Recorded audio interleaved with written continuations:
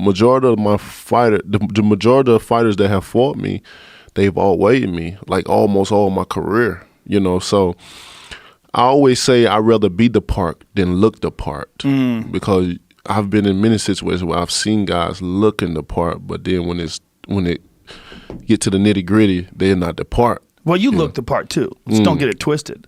Right. You look like a giant Tommy Hearns. Yeah. When Tommy was in his prime, it's just it's what makes sense though is that you keep that power in the 12th round, whereas those bigger, heavier guys, maybe because the blood's got to push through all that extra muscle and all that extra body tissue, maybe they can't keep that power the way you can, because in the 12th round. First of all, I don't know how the fuck he got up. I do not understand. I remember watching it on TV. I'm like, wow, he knocked him out in the 12th round. That is crazy. Right. That is crazy. And then, of course, you played that thing on your Instagram, which basically shows that you did knock him out. Right. I definitely knocked him out. He definitely didn't get up in time. Right. He definitely didn't, But it was his job to just get up at 10. It's not his job to know exactly when 10 seconds is. Correct.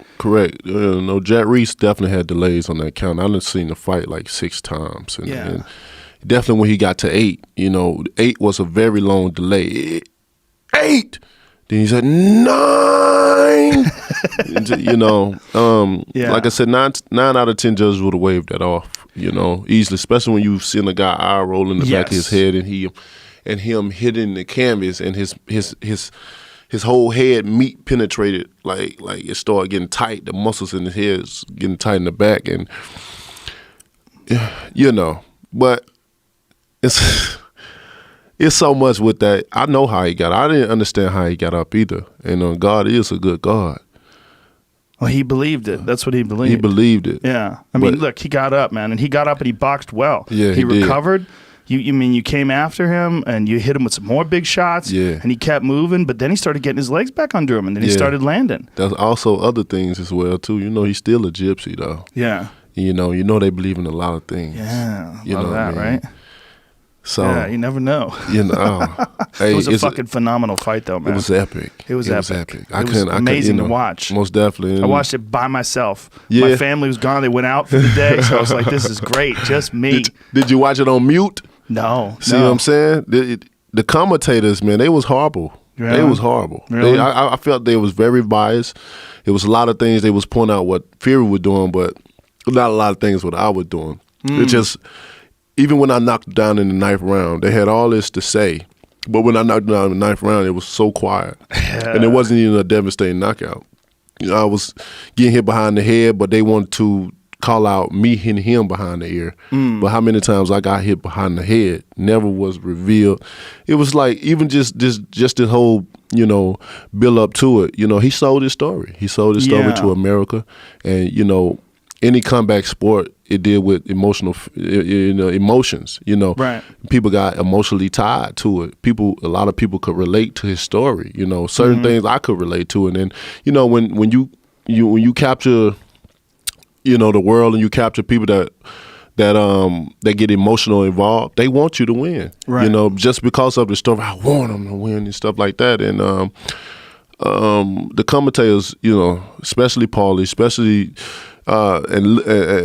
got very emotional with it. A lot of other casts as well too. Just going back, listening to them. I done saw the fight 6 times. I definitely had it. You can see a better look on the fight muting the TV. Well, I listen to the commentary, but I do commentary myself for the UFC. So a lot of times, even if I'm listening, I'm not really listening that much. I'm just watching. I'm watching what's happening. It's like I'm having a conversation in a room with a bunch of people. Right. I was watching what was happening. What was interesting to me was you made adjustments. One thing that you made a big adjustment is when you landed in the 12th round, you shortened everything up.